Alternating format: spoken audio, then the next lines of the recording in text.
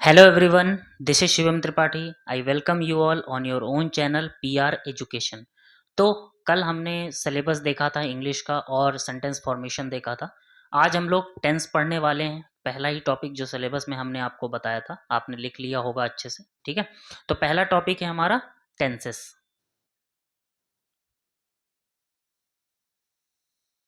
ठीक है, तो टेंस का मतलब क्या होता है? टेंस का मतलब होता है काल. काल मतलब समय. ये तीन हो सकते हैं. एक हो सकता है प्रेजेंट, एक हो सकता है पास्ट और एक हो सकता है फ्यूचर. प्रेजेंट का क्या मतलब है कि जो इस समय वर्तमान में जो भी एक्शंस हो रहे हैं वो सारा का सारा क्या है? प्रेजेंट. पास्ट क्या है? पास्ट का मतलब होता है पास्ट में जो भी काम हुए हैं हमारे, या हो रहे थे या हो चुके हैं, वो सारा का सारा क्या कहलाता है? पास्ट. फ्यूचर में क्या है? जो होने वाली चीजें हैं, सारा का सारा किस में आएगा? फ्यूचर में आएगा. ठीक है, तो आज हम क्या पढ़ने वाले हैं? सिर्फ प्रेजेंट की बात करेंगे, वो भी कौन सा? इनडेफिनिट. जितने भी टेंसेस होते हैं उनके तीन पार्ट, एक्चुअली चार पार्ट होते हैं. एक होता है इनडेफिनिट, एक होता है कंटिन्यूअस और एक होता है परफेक्ट, और लास्ट कौन सा होता है? Perfect continuous.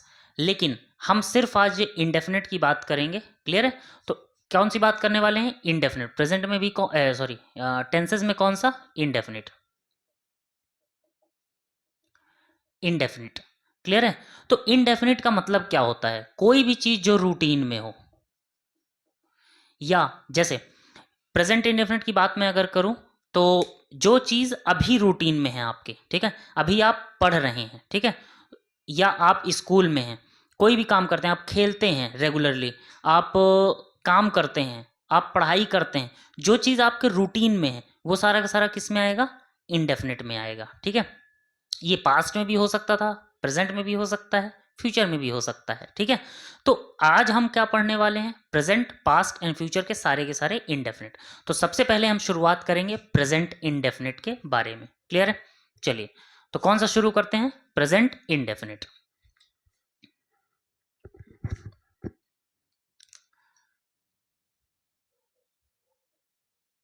Present indefinite. Clear? मतलब अभी के समय में, इस वक्त आपका क्या रूटीन है, आप कौन कौन से एक्शंस करते हैं, वो सारा का सारा किस में आता है? इनडेफिनिट में आता है. तो इनडेफिनिट में कौन कौन सी चीजें अभी मैंने आपको बता दिया. एक होता है रूटीन, आज का. ठीक है, रूटीन हो सकता है. और क्या हो सकता है? साइंटिफिक फैक्ट्स हो सकते हैं. ठीक है, और क्या हो सकता है? नेचुरल फैक्ट्स हो सकते हैं. ठीक है, और क्या हो सकता है?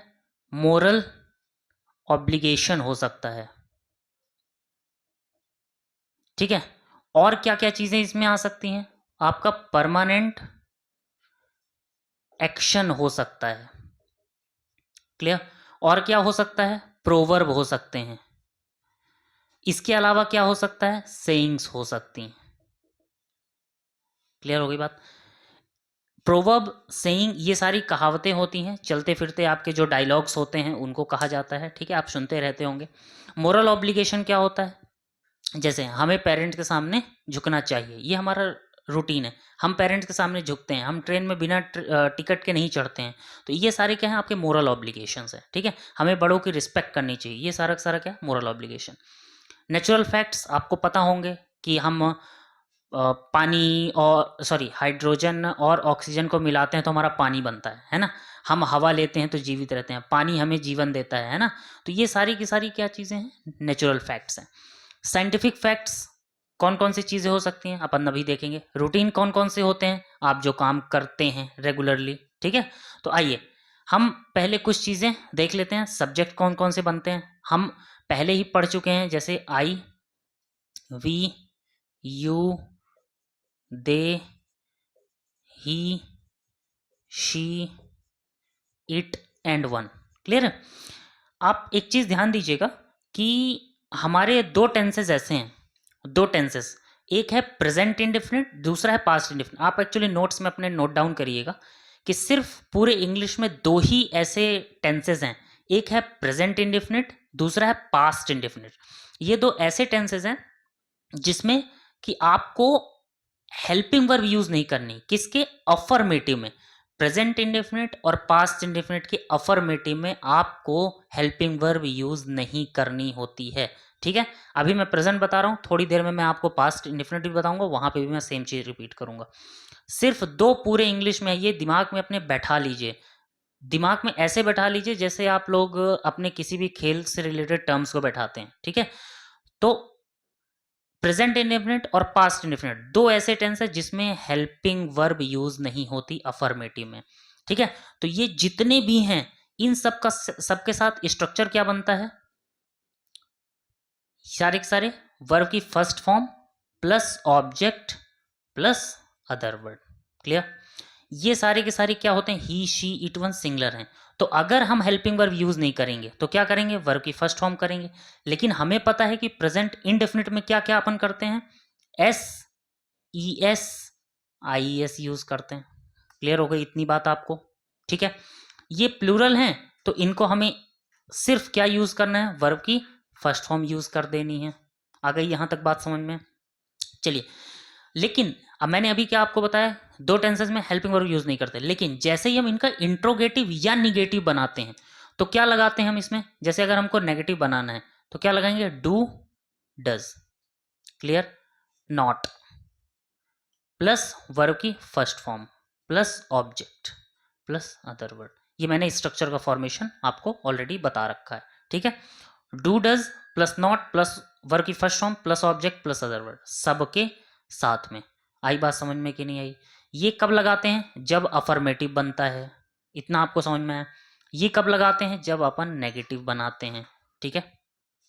इतना आपको क्लियर हुई बात कि नहीं हुई, क्योंकि ये चीज़ें बहुत कम लोगों को पता होती हैं कि सिर्फ पास्ट और प्रेजेंट इंडेफिनिट ये ऐसे हैं जहाँ पे हेल्पिंग वर्ब यूज़ नहीं होती, लेकिन जैसे ही नेगेटिव या इंट्रोगेटिव बनाते हैं तो यूज़ करना पड़ता है हमको। आई बात समझ में, ठीक है। चलिए तो कुछ एग्जाम्पल्स अपन देख लें इनके। मैं आपको थोड़ी देर में ये भी बताऊंगा कि कौन कौन से ऐसे वर्ड्स हैं, हम एक्चुअली क्या है ना कि अलग तरीके से पढ़ते हैं।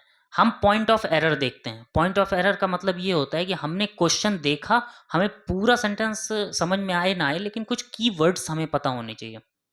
तो जैसे ही हम वो कीवर्ड्स देखते हैं हम पहचान जाते हैं कि वो कौन सा इंडेफिनेट है ना, या कौन सा टेंस है, हमें कहाँ पर जाना है। तो वो वर्ड्स मैं अभी थोड़ी देर में बताने वाला हूँ आपको, लेकिन उससे पहले हमने जो ये बातें लिखी हैं इसके एग्जाम्पल्स देख लें तो हमें और चीज़ें क्लियर हो जाएंगी। जैसे हम यही बता दूं, लिख लिया होगा आप सब ने, ठीक है। मैं इसको यहाँ पे मिटा देता हूँ ताकि मेरे को थोड़ा सा आसानी हो जाए लिखने के लिए, ठीक।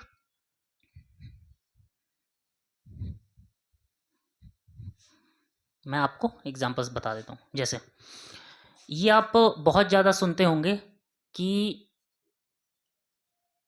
The mixture of hydrogen and oxygen give water, clear. बताइए इसमें क्या गलती है। पहली चीज़ ये मैंने बताया कि ये साइंटिफिक फैक्ट है कि अगर हम हाइड्रोजन को एंड ऑक्सीजन को मिलाएंगे तो क्या बनेगा, वाटर बनेगा।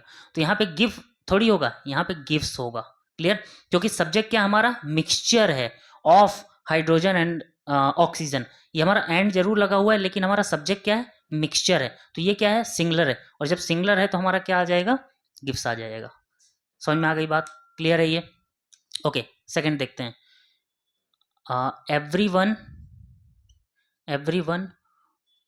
Worship the rising sun. हर इंसान उगते सूरज को सलाम करता है। तो क्या इसमें गलती कहाँ पे है, एवरीवन है ना, मैंने कल ही आपको बताया था एवरीवन क्या होता है, सिंगुलर होता है। तो वर्शिप्स द राइजिंग सन, इस तरह से एरर्स आते हैं, हम इसी ढंग से चलेंगे आगे, ठीक है। क्लियर हो गई बात। ऐसी गलतियां साथ में देखते हुए चलेंगे जो हमारे पर्टिकुलर एग्जाम में पूछी जाती हैं। मैं आपको सिर्फ एग्जाम्पल दे दूंगा तो उससे आपको समझ में नहीं आएगा, ठीक है। कहाँ पे एरर आता है ये भी मेरी ही जवाबदारी है आपको बताना, ठीक है। जैसे रूटीन है आपका, I visit my village every weekend. Her weekend मैं क्या करता हूँ, विजिट करता हूँ, ठीक है। आई विजिट, इसमें क्या एस लगेगा, बिल्कुल नहीं लगेगा, ठीक है, क्योंकि आई है, आई क्या होता है, प्लूरल होता है, ठीक है। आगे बात समझ में। एक और, action, actions speaks louder than words. जो हमारे शब्द हैं वो हमारे जो एक्शंस हैं, हमारी जो क्रियाएं हैं, वो सारा क्या काम करती हैं, शब्दों से ज़्यादा वैल्यू रखती हैं। स्पीक्स लाउडर देन वर्ड्स, ये अपन सेइंग बोलते हैं। एक्शंस है ना, एक्शन क्या होता है, प्लूरल, प्लूरल है तो स्पीक लाउडर देन वर्ड्स, ठीक है। जैसे don't put all all the eggs on in one basket, ठीक है। जितने भी आपके एग्स हैं वो सारे के सारे किसी एक बास्केट में मत डालो। तो क्या हो गया, डोंट आ गया। डोंट क्या है, प्लूरल हमने लगाया, क्यों, क्योंकि सारे के सारे एग्स की हम बात कर रहे हैं और सारे एग्स हैं मतलब ये प्लूरल है। क्लियर हो गई बात आपको कि नहीं हुई, ठीक है, डाउट क्लियर। चलिए, तो यहाँ पर हमने इतने सारे कुछ नेचुरल फैक्ट्स है ना। एक और ये आप एग्जांपल ले सकते हैं, जैसे the plant absorb water and other mineral, ठीक है। जो प्लांट होता है वो क्या करता है, एब्जॉर्ब करता है। प्लांट क्या है, सिंगुलर है, तो क्या हो जाएगा, एब्जॉर्ब्स हो जाएगा, ठीक है। ये हमारा बायोलॉजिकल फैक्ट है। यहां तक बात समझ में आई आपको। शी, एक और एग्जांपल ले लेते हैं, शी बाउ बिफोर हर एल्डर्स, ठीक है। वो क्या करती है, बाउ मतलब होता है क्या, झुकना, है ना। जब आप किसी के सामने झुकते हो तो वो आउट ऑफ रिस्पेक्ट वो काम कर रहे होते हो आप, ठीक है ना, झुकने का। तो क्या हो जाना चाहिए, शी बाउज, क्यों, क्योंकि शी जो है सिंगलर है, तो बाउ के साथ क्या आना चाहिए, ऐसा आना चाहिए, ठीक है।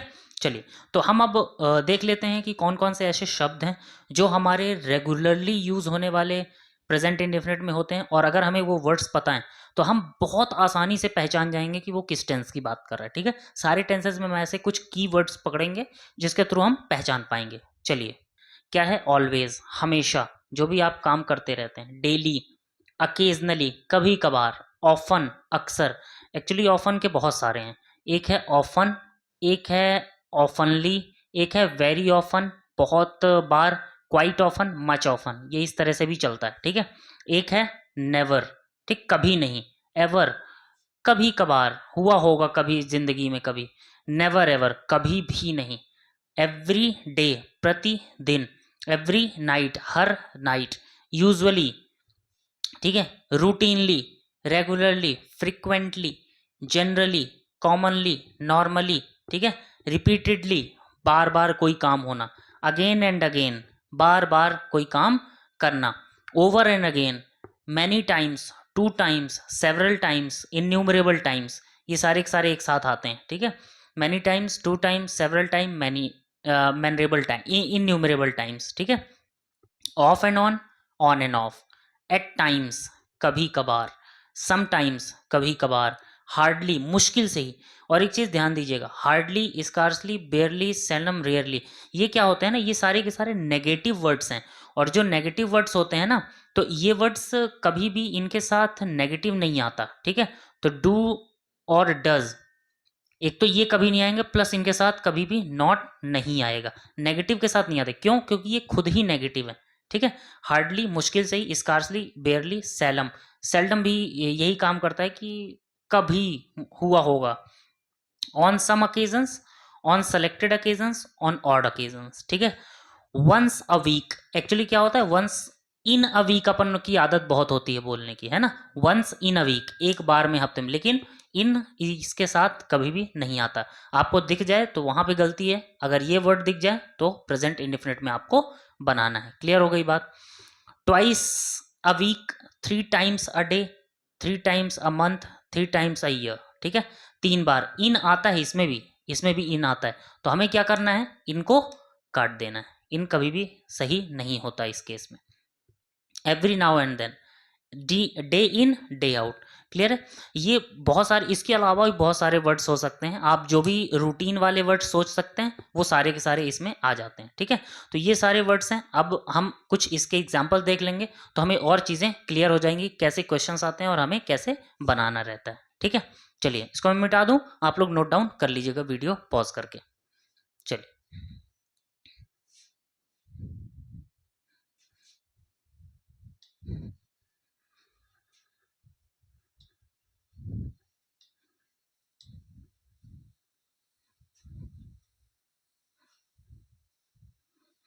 जैसे आप लोग ये बहुत ज़्यादा एग्जाम्पल सुनते होंगे, Virat always play to his merit. जो विराट है वो हमेशा क्या करता है, अपना मेरिट पे खेलता है। अब यहाँ पे क्या है, ऑलवेज आ गया, तो ऑलवे नहीं ऑलवेज, ठीक है। तो विराट है ना सब्जेक्ट हमारा, और सब्जेक्ट क्या है, सिंगलर है, तो क्या करना पड़ेगा हमें यहाँ पे, प्लेस करना पड़ेगा, ठीक है। On some occasions my family visit eco park, ठीक है। मेरी जो फैमिली है कुछ सेलेक्टेड ओकेजन्स पे इको पार्क विजिट करती है, ठीक है। I like coconut water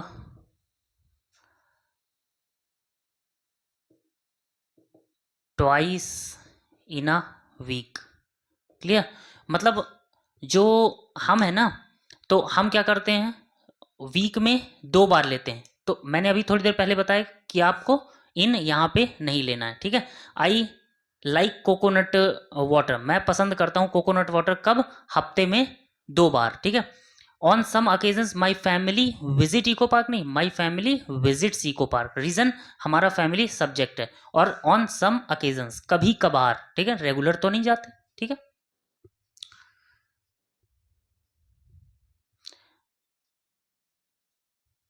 they have been those guys who love to play cricket। ये वो लड़के हैं, they have been those guys, ये वो लड़के हैं जो प्ले क्रिकेट खेलना पसंद करते हैं। तो ये लड़के कौन है, प्लूरल है ना, they have been those guys आ गया सब्जेक्ट में, तो हु हो गया कौन, लव्स, तो लव कौन हो जाएगा, लव्स नहीं होना चाहिए, यहाँ पे क्या होना चाहिए, लव्स होना चाहिए, सॉरी लव होना चाहिए, क्लियर हो गई बात। चलिए, these students takes class regularly। ये जो स्टूडेंट है ना, ये क्या करते हैं, रेगुलरली क्लास लेते हैं। The student take class regularly, क्यों, क्योंकि ये स्टूडेंट्स प्लूरल में, ठीक है। चलिए, तो इसी तरह से आप बहुत सारे और एग्जांपल्स बना सकते हैं, ठीक है। लेकिन हम कुछ और वर्ड्स ऐसे हैं, जैसे हमारे इंटरोगेटिव प्रोनाउन वाले शब्द होते हैं, जो इंटरोगेटिव प्रोनाउन वाले शब्द होते हैं, जैसे हु, विच, व्हाट, वेयर, ये जब एज अ सब्जेक्ट आते हैं, तो जब ये सब्जेक्ट में आते हैं ना, तो इनके साथ डू और डज नहीं लगता, इसके साथ सीधे नाउन लगता है। चलिए मैं आपको दिखा देता हूँ कुछ एग्जांपल्स, ठीक है। ये इंडेफिनिट में ही यूज होते हैं, इसलिए यहाँ पे बताना जरूरी है, ठीक। आइए, जैसे हमारा रहता है हु, विच, व्हाट, हुज, ठीक है। और कौन सा आ सकता है, वेयर, ठीक, ये हो गया।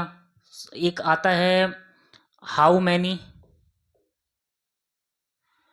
हाउ मच, ये सारे ऐसे वर्ड्स हैं ना, ये इंट्रोगेटिव प्रोनाउन होते हैं, लेकिन ये एज अ सब्जेक्ट जब यूज होते हैं तो इनके साथ कभी भी डू और डज नहीं लगता, ठीक है ना। इन ये एज अ सब्जेक्ट यूज होते हैं, इनके साथ हमेशा क्या आता है, नाउन आता है। क्लियर है, इसको आप अलग से लिख लीजिएगा। क्लियर, चलिए जैसे हु डज, सॉरी मैं यहाँ पे लिख देता हूँ अलग से, हु डज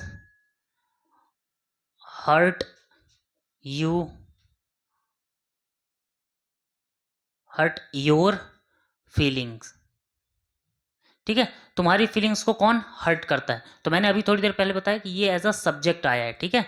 तो इसमें क्या होगा, ये कभी भी डू और डज के साथ नहीं आता। हु हर्ट्स, क्योंकि हु कौन है, कोई एक इंसान होगा, ठीक है। जैसे how many guys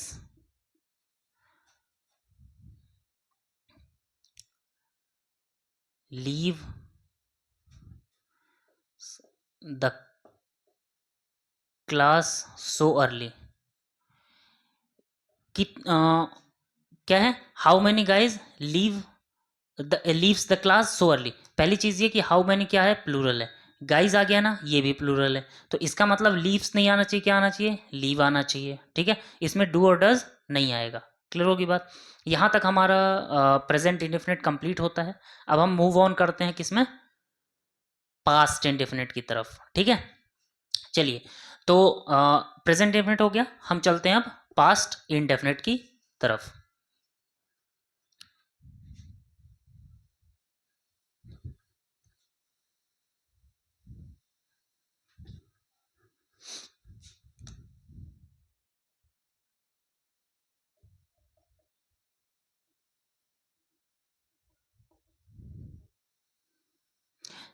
actually past indefinite भी सेम चीज़ लेता है, लेकिन हम ऐसे कुछ घटनाओं की बात करेंगे जो पास्ट की होंगी। अभी हमने जितनी भी बातें की, आपने सारे जितने भी वर्ड्स देखे होंगे, जितने भी स्टेटमेंट्स देखे होंगे, सारे के सारे क्या बताते हैं, हम प्रेजेंट में वो काम करते हैं, वो काम हमारी रूटीन में है। लेकिन अब हम जो बात करेंगे, ये काम हमारे पास्ट का रूटीन रहा होगा, ठीक है। तो क्या होता है, एक तो सब्जेक्ट ले लेते हैं, I, we, you, they, he, she, it, one. Clear हो गई बात। और मैंने अभी थोड़ी देर पहले ही आपको बताया था कि पूरे इंग्लिश में दो ही टेंस होते हैं, एक प्रेजेंट इंडेफिनिट, दूसरा पास्ट इंडेफिनिट, जिनमें हेल्पिंग वर्ब नहीं लगती।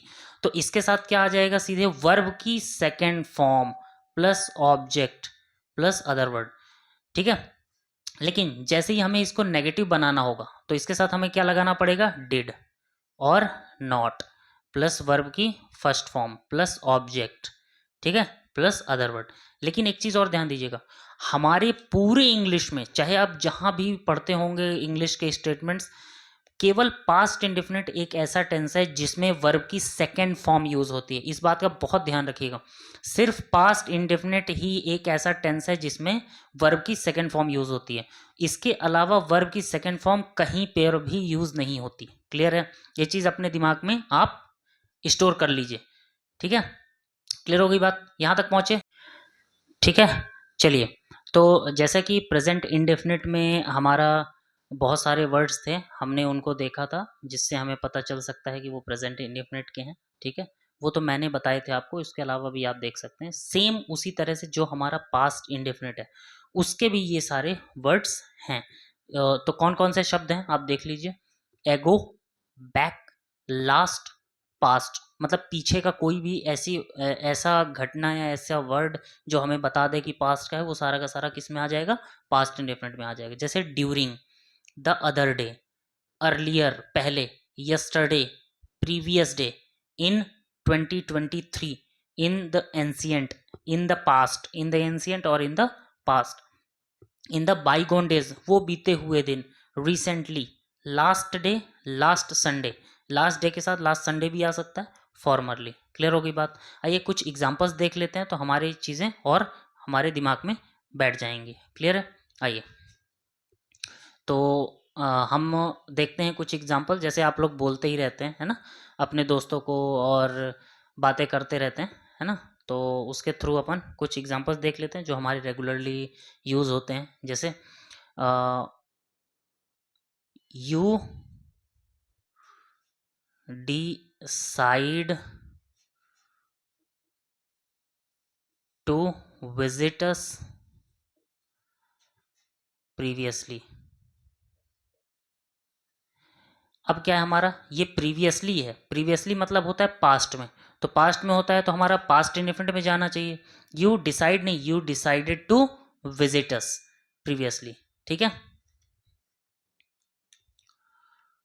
Who do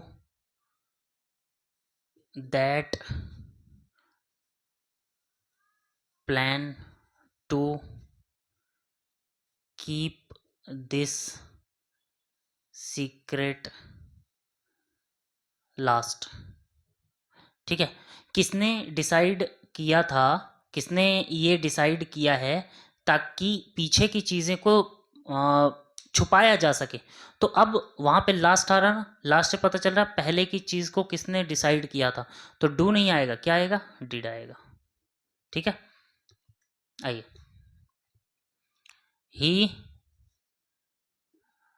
did not meant to insult you yesterday।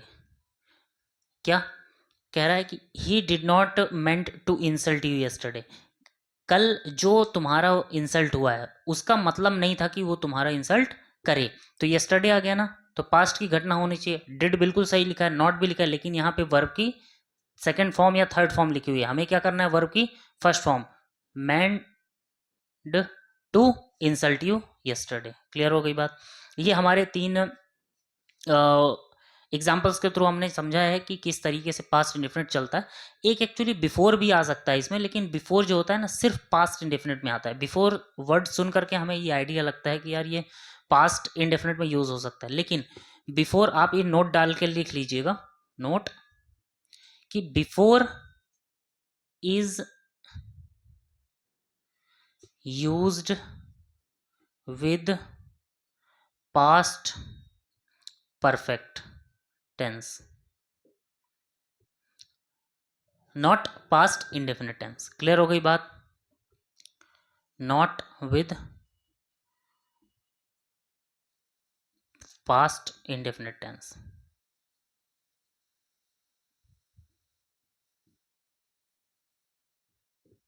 Clear हो गई बात, ठीक है। चलिए, तो अब हमारे पास 2 टेंसेस हमने कवर कर लिए हैं, प्रेजेंट इंडेफिनिट, पास्ट इंडेफिनिट। अब हम चलते हैं फ्यूचर इंडेफिनिट की तरफ। क्लियर है, आइए। तो यहाँ तक हमारा प्रेजेंट एंड पास्ट कंप्लीट होता है, ठीक। ऐसे कुछ शब्द हैं जिनको देख करके आप सिर्फ इनको देखने से आपको पता लग जाएगा कि कौन सा टेंस है, ठीक है। आइए फ्यूचर की तरफ चलते हैं अब, future indefinite.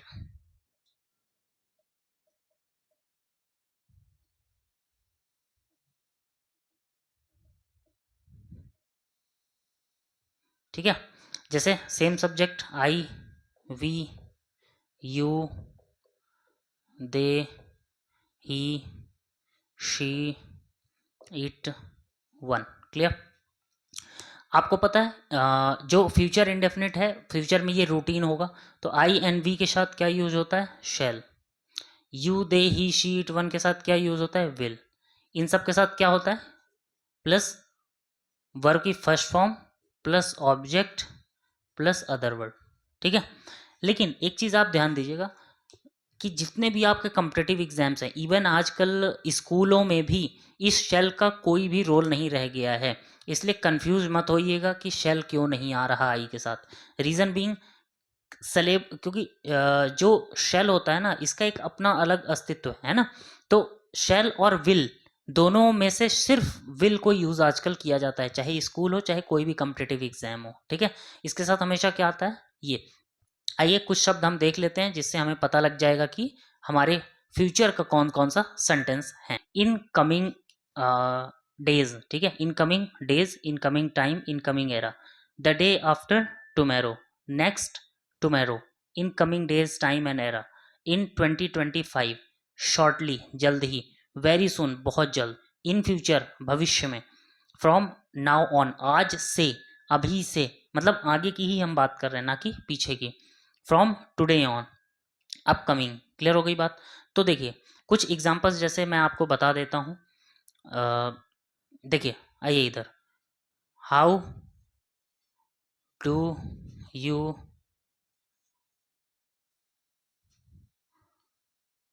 Plan for UK in next week. ठीक है, कैसे तुम प्लान करोगे अगले वीक के लिए, ठीक है ना, कहाँ के लिए, यूके के लिए। नेक्स्ट वीक आ गया ना यहाँ पे, अगले भविष्य की बात चल रही है, मतलब अगले हफ्ते की, तो यहाँ पे डू नहीं होगा, क्या होगा, विल होगा। ठीक है, आई विल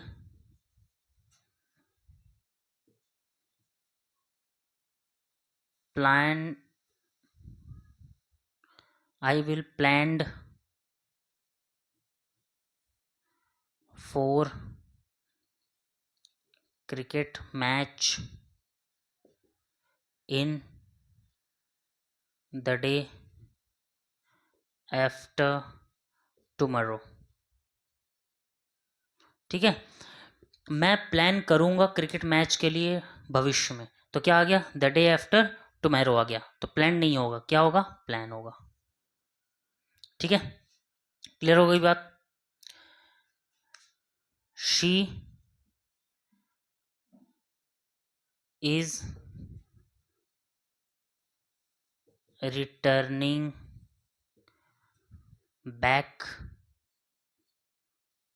इन 2025। क्लियर है, वो रिटर्निंग बैक हो रही है 2025 में, रिटर्न होगी, है ना। तो 2025 आ गया ना, भविष्य का टाइम आ गया, तो क्या हो गया, रिटर्निंग नहीं होगा, शी विल रिटर्न। क्लियर, लेकिन रिटर्न के साथ कभी बैक नहीं आता, रीजन क्योंकि रिटर्न खुद ही वापस आना होता है, तो वापस आने के लिए अपन बैक यूज नहीं करते। ठीक है, तो गाइस यहाँ से हमारा प्रेजेंट, पास्ट एंड फ्यूचर जितने भी इनडेफिनेट टेंसेज हैं ये सारे के सारे कंप्लीट होते हैं। कल हम देखेंगे कंटिन्यूअस के जितने भी टेंसेज हैं। So guys do like share subscribe our PR education channel by Shivam sir.